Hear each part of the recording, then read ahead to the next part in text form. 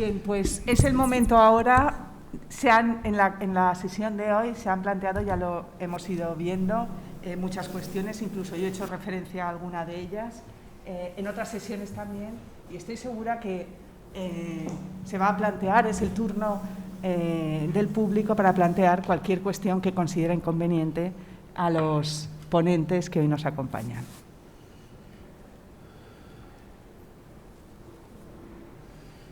Miedo escénico.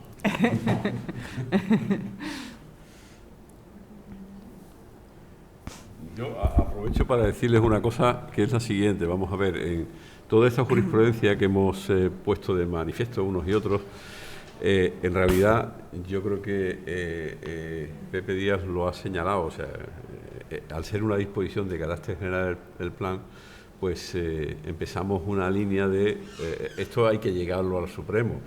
Hay que admitir efectivamente estos recursos y, lógicamente, hacernos esas preguntas. Las preguntas han ido evolucionando y yo creo que no se puede admitir un recurso genéricamente por el solo hecho de ser una disposición general.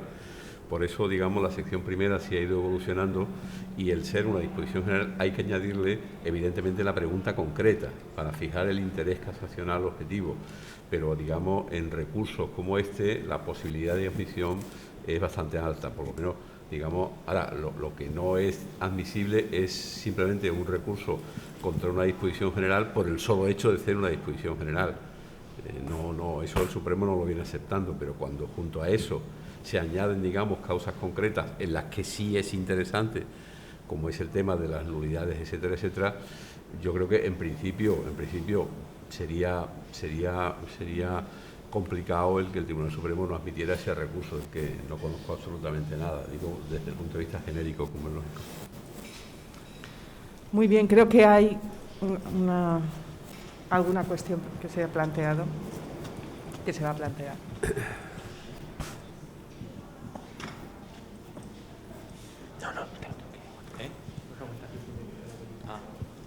Buenos días. No sé si ha sido el primero o el segundo ponente que ha dicho que ha habido varios ministros que habían ido a... Ha sido usted, ¿no? Sí. A plantear pues una modificación de que los vicios de los planes urbanísticos no sean nulidad radical, ya que pues siempre hemos estado con esta disquisición de si los planes urbanísticos son acto o reglamento o un híbrido, una naturaleza jurídica nueva que nunca la hemos inventado y que pues varios equipos ministeriales han fracasado en este intento. No sé si nos podría ilustrar un poco más en cuál es la razón última de que no se modifique ese 47.2 de la Ley de Procedimiento. Sí. Vamos a ver, uno de los cursos más antiguos que tenemos, y ahora hablo como vocal del Consejo, de los cursos más antiguos que tenemos en el Consejo, empezamos en el año 89, me acuerdo perfectamente, en Toledo. Es unas reuniones que hacemos entre Consejo General del Poder Judicial y Consejo General de los Arquitectos de España. Y la próxima sesión, me sé que es los días 2, 3, 4, exactamente en Bilbao. Con lo cual, digamos, estos temas, bueno, en ese marco de tratar de que los arquitectos asisten libremente y el Consejo aporta pues unos 30 jueces, digamos, porque nos interesa, digamos, que este intercambio, la especialización sectorial es complicada y por lo tanto hay que aprovechar estas oportunidades, ¿no? Bien, recuerdo que el último fue en el año pasado o el anterior, no me acuerdo, con la pandemia, en Tarragona, y conseguimos sentar en una mesa redonda que pude moderar a una diputada del Partido Popular que se llama Alicia Segovia, que ahora creo que estuvo en Londres y ahora está en un despacho, no sé exactamente cuál es, que había sido la autora del proyecto elaborado por el gobierno de Íñigo de la Serna. Íñigo de la Serna, que a su vez venía de ser presidente de la comisión de la Confederación de Municipios de España, y por tanto recibía, vamos a llamarlo así, una presión significativa de los distintos municipios. Y, digamos, por el otro sector político, una distinguida jurista, registradora de la propiedad, que había sido ministra de Vivienda y que hoy es presidente de Red Eléctrica Española, que es, ¿cómo se llama? Corredor, Beatriz Corredor. Bueno, en aquella reunión bastó que se besen. O sea, quiero decir que efectivamente, desde el punto de vista estrictamente político, la necesidad de esto estaba y las disquisiciones eran exactamente mínimas como había, ¿no? Bien. En una reunión de estas del Congreso del Día de la Constitución se me acercó el ministro Ábalos y me dijo que, bueno, que él había visto lo que había hecho el gobierno anterior, que le parecía muy bien y que iba a impulsarlo. ¿De acuerdo? Esta es la situación. Y luego la última referencia que tengo es que el Ministerio de Justicia, como bien apuntaba Suay, se ha sentido celoso de que Ministerio de Vivienda o digamos suelo, se metiera en un terreno en donde tocaba la ley jurisdiccional. El tema ha llegado a estar en el Consejo de Ministros, era la disposición adicional, me parece que era la 11, de un decreto ley que han retocado una serie de cosas y sorprendentemente, habiendo llegado al Consejo de Ministros para... Creo que alguien dijo, me parece que os pasáis 4 pueblos si modificáis la ley de la jurisdicción contenciosa en estos temas mediante decreto ley. Lo que es cierto es que el tema estaba redactado y ese precepto tocaba la acción pública, tocaba algunos aspectos de nulidad y lo que es cierto es que dentro del Consejo de Ministros el tema no prosperó. Hasta ahí llegamos, esta es la situación. En el último Congreso Internacional de la semana pasada de Arquitectura en Pamplona he tenido referencias de que había un proyecto nuevo, pero yo ya estoy quemado con estas cosas, o sea que quiero decir, esta es toda la información que tengo, ¿no? Que es una información pues de prensa y de calle, pero no tengo papeles de ningún tipo, ¿no? Pero creo que hay una decisión, pero hay efectivamente muchas dificultades. Yo creo que esto es como la renovación del Consejo, no hay tranquilidad suficiente para... Pero la situación es muy complicada, ¿no? La situación es muy difícil y lógicamente yo el único mensaje que lanzo es que si lógicamente se quiere lanzar económicamente al país esta seguridad jurídica que todos hemos reclamado y que ustedes conocen más que de sobra, yo creo que es imprescindible, ¿no? Todo esto de la transparencia y de las reglas de juego claras. Hay que saber, un inversor económico, cada vez hay más inversores de otra índole, no se le puede ofrecer este panorama jurídico, eso yo estoy convencido, ¿no? Yo no me pronuncio efectivamente acerca de lo que me he pronunciado, está escrito y punto, ¿no? Pero que yo creo que de lo que todos hemos coincidido es que hemos podido llegar hasta donde hemos podido llegar, ¿no? Meternos algo más nos resulta un poco complicado, a lo mejor aparece... Los pleitos, yo siempre digo, como decía nuestro querido, que fue presidente de todos, Mariano de Oro Pulido, los pleitos vienen como vienen. A lo mejor aparece un mirlo blanco y un pleito en donde el Supremo, bueno, pues ve las posibilidades de entrar pero es complicado, ¿no? Es complicado. Muchas gracias. ¿Alguna cuestión más? Sí.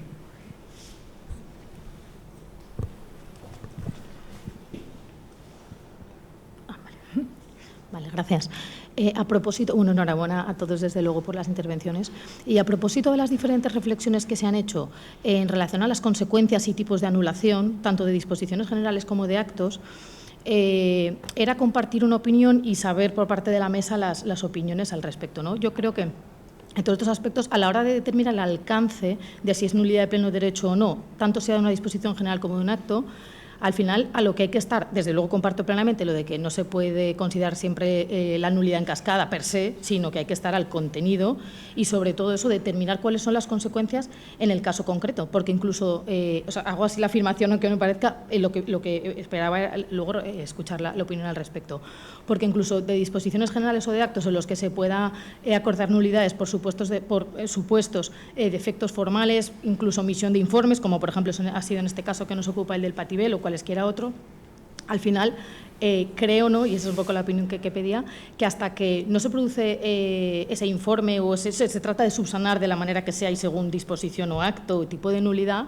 hasta que no conozcamos el alcance de, por ejemplo, una omisión de información pública. Bueno, pues si se produce, se tramita de nuevo o se hace en subsanaciones según el tipo de nulidad, hasta que no se produce y no se conoce la información que la ciudadanía o que cualesquiera quiere poner de manifiesto, no se puede, entiendo, determinar el alcance de afección material al acto que se pretende, porque igual se traslada o se pone de manifiesto cierta información sustantiva que la Administración no ha detectado, no ha apreciado, no ha considerado adecuadamente, o cuando hablamos de informes, pues lo mismo, ¿no? En este caso, pues tanto si el de género como el de la infancia, simplemente por hacer una suposición. Es que a lo mejor ponen de manifiesto determinadas reflexiones o consideraciones o valoraciones sobre esa supuesta afección o no, que la Administración no había hecho. Entonces, hasta que eso no se pone de manifiesto, entiendo que es cuando no se puede determinar el alcance de las consecuencias de la nulidad, de si ha existido por alguna vez o no ha existido, porque en tanto no se suplan esas omisiones, del tipo que sea, no se puede conocer ese alcance. Y sirva para planes generales, parciales, bueno, pues todas esas cascadas de las que siempre se hablan,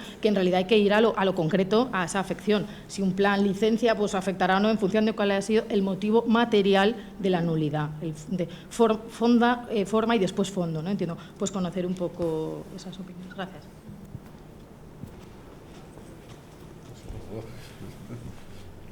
No. Bueno, yo sobre los efectos en cascada, desde luego, habría mucho que decir. Tampoco ahora mismo lo tengo en la primera línea, aunque me he referido a ello, desde luego, pero así como para meterme en profundidad, ¿no? Pero que sí que hay una necesidad de acudir al caso concreto y determinar con base en él cuál es el alcance, si realmente, como ha dicho Pepe, por sí mismo no sería en sí solo causa de nulidad, pues habrá que ver. Yo, hablando de memoria, o sea, los actos que más peligro corren, por así decir, entre comillas, porque también son los actos posteriores a la anulación, ¿no? Los actos posteriores corrían porque podría haber una sospecha de que puedan haberse adoptado con la finalidad de eludir el cumplimiento, entre otras razones, ¿no? Pero yo en el libro, por ejemplo, también decía que hasta los actos posteriores pueden, en fin, no me acuerdo cuáles eran los argumentos. Hombre, los argumentos muchas veces son que a lo mejor ha dejado de tener la cobertura que tenía en el plan X, pero de otro puede encontrar esa cobertura en otra norma, en otro plan, en otro principio jurídico, dice también, que exija su conservación. O sea, que incluso los actos posteriores que más peligro tienen, por así decir, de que se propague como una mancha de aceite o que les alcance la nulidad, también los anteriores están muy protegidos. Es verdad, yo me he referido a ellos a veces, quizá excesivamente, diciendo que los anteriores se quedan en un limbo. Eso no es mío, eso es de otra persona.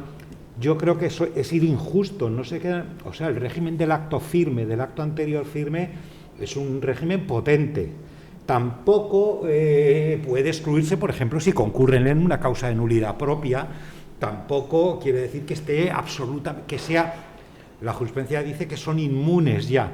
Bueno, pues a lo mejor siempre, en todo caso y circunstancia, hay que ir siempre al caso, pero en general son inmunes. Y fíjese usted, o sea, si por ejemplo la licencia se salva porque es un acto anterior firme y no se contamina por la nulidad del plan, incluso aunque no se ha ejecutado, en la medida en que la propia licencia incorpora el régimen regulador que le es propio, se puede ejecutar. O sea, con la licencia se puede ejecutar, y si se impide puede haber consecuencias indemnizatorias.